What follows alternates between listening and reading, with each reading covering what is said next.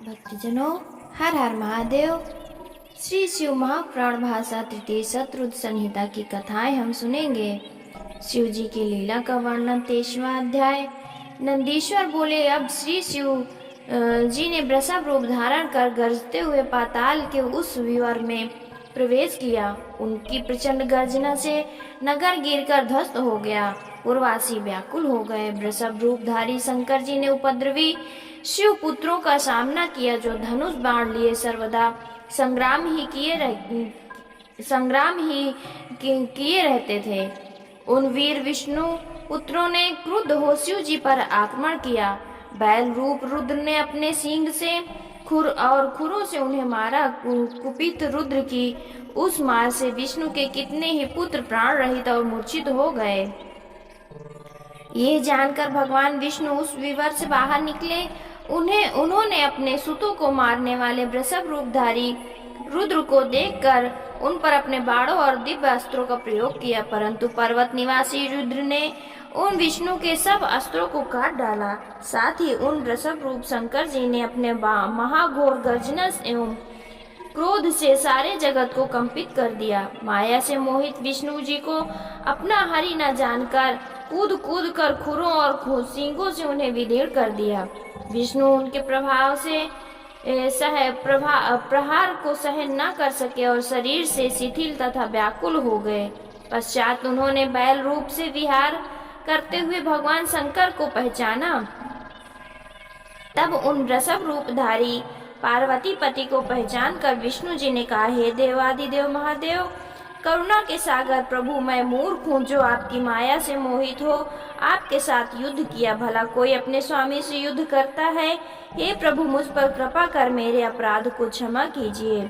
नंदीश्वर बोले, हे मुने, तब विष्णु जी के इन वचनों को सुनकर भगवान शंकर ने कहा, तुम बड़े बुद्धिमान हो, फिर सब ज्ञान को भूलकर मुझसे युद्ध क्यों करने लगे? क्या मेरे अधीन तुम पराक्रमी अपने रूप को न पहचान सके? अब तुम यहाँ रमण मत करो और इस विचार से निवृत्त हो जाओ। तुम्हें ऐसा करना उचित नहीं है, क्योंकि तुम्हारे स्मरण से लोग संसार सागर को पार करते हैं। विष्णु जी लज्जित हो वहाँ से चलने लगे। शिव जी ने कहा, ठहरो, अब तुम अपने इस चक्र को यहीं छोड़ दो, मैं दूसरा चक्र दूंगा। ऐसा कहकर शिव जी ने अपने तेज से सूर्य के समान एक दूसरा सुदर्शन चक्र निकाल विष्णु जी को दिया। विष्णु जी शिव जी को सिर नवा दूसरा चक्र ले देवताओं और मुनियों को पाताल में ले जाकर उन सब दिव्यांगनाओं को दिखा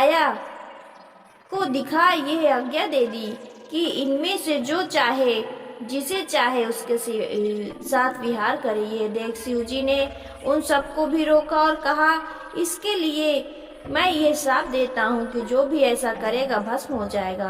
देवताओं और मुनियों सहित विष्णु जी अवाक हो गए। इस प्रकार शिव जी ने सब पर शासन किया। देवताओं सहित विष्णु जी स्वर्ग चले गए। बृहस्पतिश्वर भगवान शंकर भी देवताओं का कार्य कर कैलाश पर्वत पर चले। विष्णु जी का मोह दूर हो गया। जो मनुष्य इस बृहस्पतिश्वर अवतार की कथा को पढ़ेगा उसे शत्रु की बाधा न होगी तथा ये पवित्र इतिहास स्वर्गदायक, बुद्धि भक्तिवर्धक तथा सत्पुरुषों में मुक्ति भुक्ति प्रदायक है। जो मनुष्य इसे पढ़ाता है, सुनता या सुनाता है, वो यहाँ के संपूर्ण भोगों को भोग कर अंत में मुक्ति को प्राप्त करता है। शतरुद्र संहिता का 23वां अध्याय समाप्त।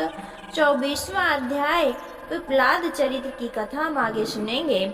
नारद नंदीश्वर बोले, हे बुद्धिमान, अब भक्ति पूर्वक पिपलाद नामक महेश्वर का परम अवतार सुनो। पूर्व में जो च्यवन नाम के ऋषि भृगुवंश में उत्पन्न हुए थे, उनके परम सदधीचि ऋषि हुए, जिन्होंने ध्रुव ऋषि के साथ युद्ध में देवताओं सहित विष्णु को परास्त किया और शिव जी की सहायता से विष्णु जी को शापित किया।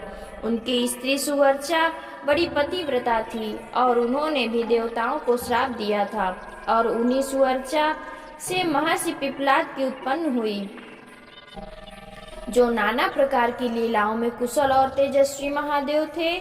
नंदीश्वर के इस प्रकार के अद्भुत वचनों को सुनकर मुनि श्रेष्ठ सनत कुमार जी हाथ जोड़कर शिव नवाकर बोले, हे महाबुद्धिमान साक्षात रुद्र रूपधारी नंदीश्वर, आप धन्य हैं जो आपने यह अद्भुत कथा सुनाई।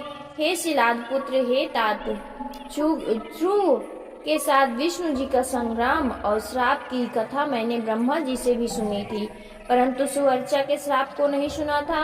अतः पिपलाद अवतार सहित उस कथा को भी आप मुझे सुनाने की कृपा कीजिए। सूत जी बोली। यह सुनकर नंदीश्वर भगवान शंकर के चरणों का ध्यान करने लगे। हे मुनीश्वर, एक समय जब इंद्रादि देवताओं को वृत्तासुर ने परास्त किया तो उन्होंने अपने सब आयुधों को दधीचि ऋषि के आश्रम में डालकर ब्रह्मलोक की यात्रा की। वहां पहुंचकर लोक पितामह से उन्होंने अपनी सब वेदनाएं कही। ब्रह्मा जी ने क्षण भर मौन हो विचार कर कहा कि इसके लिए आप लोग महर्षि दधीचि के पास जाकर उनकी अस्थियों की याचना करो, क्योंकि उन्होंने शिव जी की आराधना कर अपनी हड्डियों को वज्र से कठोर होने का वर प्राप्त किया है। जब उनकी हड्डियां मिल जाएंगी तब उनसे वज्र का निर्माण कर व्रत को मारा जाएगा। नंदीश्वर ने कहा। ब्रह्मा जी के इन वचनों को सुनकर देव गुरु बृहस्पति को आगे कर इंद्रादिक देवता दधीचि ऋषि के आश्रम पहुँचे और सबने हाथ जोड़कर उन्हें दंड प्रणाम किया। सब देवताओं के इस आगमन का अभिप्राय जानकर ऋषि ने अपनी पत्नी सुवर्चा को आश्रम के भीतर भेज दिया और इंद्र से आगमन का कारण पूछा। इस पर स्वार्थ साधक इंद्र ने अपना अभिप्राय कहा। महर्षि दधीचि ने सोचा, परोपकार से बढ़कर दूसरा धर्म नहीं। उन्होंने शिव जी का ध्यान कर अपना शरीर त्याग दिया। पुष्पों की वर्षा हुई, देवता विस्मित हो गए। इंद्र ने कामधेनु से शीघ्र ही ऋषि की सब अस्थियां निकलवा ली और त्वष्टा से उनका अस्त्र बनाने को कहा। त्वष्टा की आज्ञा से विश्वकर्मा ने सुदृढ़ वज्रमय अस्त्र बनाया। शिव जी की आज्ञा उनके तेज से वृद्धि की प्राप्ति कर इंद्र ने वज्र लेकर क्रुद्ध हो वृत्तासुर कर इस प्रकार प्रहार किया कि जिस प्रकार रुद्र ने काल पर किया था। फिर तो इंद्र ने सन्नद्ध हो उस वज्र से वृत्तासुर को पर्वत के शिखर की तरह काट डाला। देवताओं ने बड़ा उत्सव किया, पुष्प वृष्टि हुई। हे तात, प्रसंगवश ये चरित्र मैंने तुम्हें सुनाया। अब शंकर जी के पिपलाद अवतार को सुनो। जब दधीचि पत्नी सुवर्चा अपने पति की आज्ञा से आश्रम के भीतर चली गई तो वहां उन्होंने संपूर्ण ग्रह के कार्य किए और जब लौटी तो अपने पति को तथा देवताओं को वहां न देखो। उन्हें बड़ा आश्चर्य हुआ। साथ ही उन्हें और भी बहुत से अपशकुन दिखाई पड़े। ऋषि पत्नी सुवर्चा देवताओं के हृदय को जानकर परम क्रुद्ध हो श्राप देने लगी। उन्होंने सब देवताओं को पशु होने का श्राप दिया। पश्चात चिता लगा उसमें जलने लगी। तब शिव जी से प्रेरित आकाशवाणी ने आश्वासन देते हुए सुवर्चा से कहा कि हे प्रज्ञे, तुम ऐसा ना करो। मुनीश्वर का तेज तुम्हारे हृदय में विराजमान है, उनको यत्न पूर्वक उत्पन्न करो। पश्चात तुम अपने मनोरथ को पूर्ण करना, परंतु अभी नहीं, क्योंकि सुगर्भा स्त्री अपने शरीर को न जलावे, ये वेद को आज्ञा है। ये सुन सुवर्चा को बड़ा आश्चर्य हुआ। उन्होंने एक पत्थर उठा अपने गर्भ विदीर्ण कर दिया। उसमें से एक महादिव्य शरीर वाला परम कांतिमान मुनिवर का तेज रूप बालक निकला। वो साक्षात शिव जी थे। मुनि पत्नी ने उस बालक के अद्भुत तेज को देखकर उसे रुद्र का अवतार समझा। उनकी प्रशंसा की समीप न रही। उन्होंने शीघ्र ही प्रणाम कर उस बालक के स्वरूप को हृदय में स्थापित कर लिया। पश्चात पतिलोक की इच्छुक सुवर्चा ने हंसकर अपने उस पुत्र से कहा, हे तात, हे परमेश, हे महाभाग, तुम दीर्घ काल तक इस पिपल की मूल में निवास कर सबके सुखदायक बनो और अब मुझे प्रेम पूर्वक पतिलोक में जाने की आज्ञा दो, जहाँ जाकर मैं अपने पति के साथ रुद्र स्वरूपनी आपका ध्यान करूं। सुवर्चा पुत्र से ऐसा कहे परम समाधि लगा पतिलोक को चली गई। वहां जा अपने पति को पास शिवलोक में आनंद से शिव जी की सेवा करने लगी। उधर मुनि पुत्र के रूप में शंकर जी का अवतार हुआ। समझ विष्णु और ब्रह्मा अपने गणों के साथ प्रीत पूर्वक वहां आए और बड़ा उत्सव किया। देवताओं की दुदुम्बियां बजने लगीं और नर्तकियां नाचने लगीं। फिर उन पिप्पल नामक शिव के पिता के उस पुत्र का विष्णु आदि सब देवता सविधि संस्कार कर संतुष्ट हो गए। ब्रह्मा जी ने उनका नाम संस्कार कर पिप्पलाद नाम रखा। पश्चात इंद्र आदि सब देवताओं ने कहा कि हे देवेश प्रसन्न हो। ऐसा कर कर परमोत्सव कर ब्रह्मा विष्णु आदि सब देवता उनकी आज्ञा ले अपने धाम को चले गए। फिर तो महाप्रभु पिप्पलाद लोक हितार्थ कितने ही काल तक उस अश्वत्थ वृक्ष की मूल पर तप करते रहे। तृतीय शत्रुघ्न संहिता का 24वां अध्याय समाप्त। 25वां अध्याय पिप्पलाद महादेव की लीला। नंदीश्वर बोले, इस प्रकार पिप्पलाद ने संसार में निवास कर धर्म स्थापना की। उस अवस्था में उन्होंने जो लीला की उसे सुनिए। एक दिन वे पिप्पलाद मुनि पुष्पभद्रा नामक नदी में स्नान कर रहे थे तो उन्होंने एक मनोहर युवती को देखा जो शिव जी के अंश से पैदा हुई थी। उसे देख तत्व प्रवीण मुनि पिप्पलाद उनके रूप पर मोहित हो गए और उसे प्राप्त करना चाहा। वो राजा अनरण्य की कन्या थी। महर्षि पिप्पलाद राजा अनरण्य के पास पहुँचे। राजा ने मुनि की यथोचित अभ्यर्थना की। ऋषि ने राजा से कन्या की याचना की। ये सुन राजा मौन हो गया और तत्क्षण उसने कुछ कहते न बना।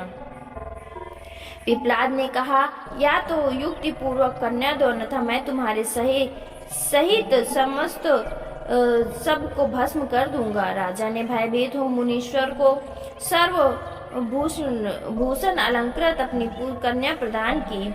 मुनि उस शिव के अंश से उत्पन्न कन्या से विवाह कर उसको साथ ले अपने आश्रम पहुँचे। तपस्वी अत्यंत ही सौम्य स्त्री के साथ आनंद में वास करने लगे। उनका नाम पद्म था। जैसे लक्ष्मी जी विष्णु जी की सेवा में रत रहती वैसे ही पद्म भी मन वचन और कर्म से पति की सेवा करने लगे। युवती से रमण कर वृद्ध मुनि पिप्पलाद युवा हो गए। उन्होंने पद्म के से अपने ही समान 10 पुत्र उत्पन्न किए। ऐसे ही उन्होंने और भी लीलाएं की। संसार में किसी से निवारण न होने वाली उन्होंने शनैश्चर की पीड़ा निवृत्ति की। उन्होंने वर दिया कि जन्म से लेकर 16 वर्ष तक मनुष्यों और शिव भक्तों को ये बाधा न हो। यदि इसके विपरीत शनि कहीं पर मनुष्यों को पीड़ा करेगा तो भस्म हो जाएगा। हे मुनि, इस प्रकार पिप्पलाद मुनि ने न लीला मैंने आपसे कही जो संपूर्ण कर्म फलदायक है। गाधी, कौशिक तथा पिप्पलाद ये 3 मुनि महास्मरण मात्र से शनि पीड़ा को नाश करने वाले हैं। जो मनुष्य पद्म सहित महर्षि पिप्पलाद की इस चरित्र को पढ़ता या सुनता है उसके सब मनोरथ पूर्ण हो जाते हैं। इससे शनि कोई पीड़ा भी शांत होती है तथा भक्तों के सब मनोरथ पूर्ण होते हैं। मुनीश्वर दधीचि धन्य थे जिनके पुत्र पिप्पलाद साक्षात शिव हुए। इस पवित्र इतिहास स्वर्गदायक अनिष्ट ग्रहों का नाश तथा सब इच्छाओं को पूर्ण करता तथा शिव भक्ति वर्धक है। तृतीय शत्रुद्र संहिता का 25वां अध्याय समाप्त। भक्तजनों, हर हर महादेव, हर हर महादेव।